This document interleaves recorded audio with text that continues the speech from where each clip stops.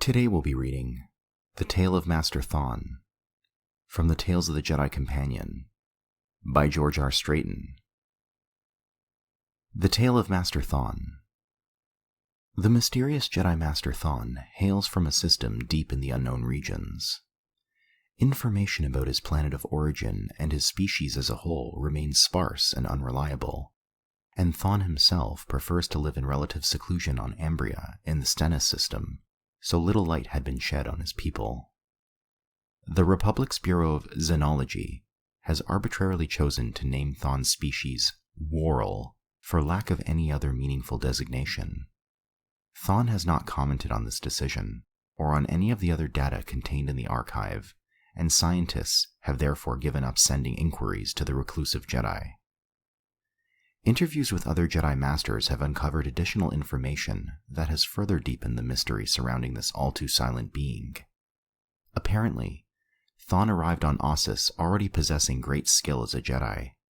He even taught the assembled Masters several unknown powers, increasing their desire to know more about Thon's origins.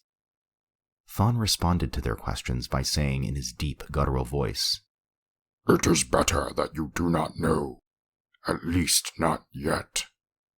The Jedi accepted Thon's response, although it further piqued their interest. After several years on Ossus, Thon decided to relocate to a more remote world where he could teach his apprentices in peace.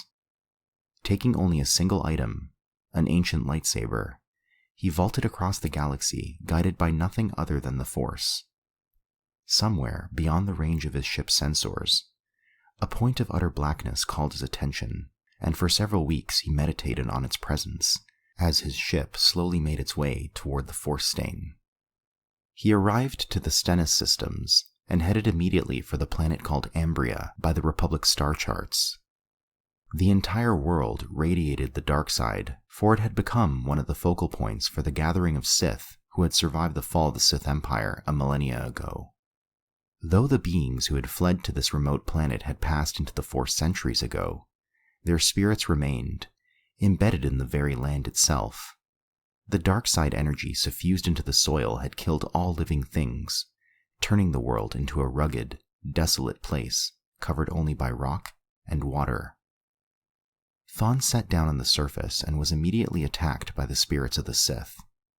At first, he easily repelled the assaults, but as time passed, he grew weary, until at last he thought he could not sustain his defense. In a final desperate strategy, Thon swam out into the middle of Lake Nath and surrendered himself to the dark side. But as the Sith spirits converged on his limp form, Thon lashed out with the Force, ensnaring his enemies in a latticework of light-side energy. The spirits screamed against Thon's cunning tactic as the Jedi escaped onto the land, leaving the Sith trapped in Lake Nath forever.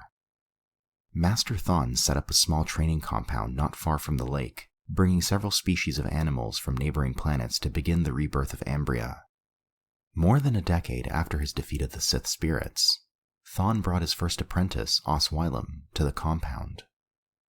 Several other students followed over the ensuing years, the most recent of whom, Nomi Sunrider, eventually traveled to Onderon to help quell the Freed Nad uprising. I hope you've enjoyed this reading of The Tale of Master Thon.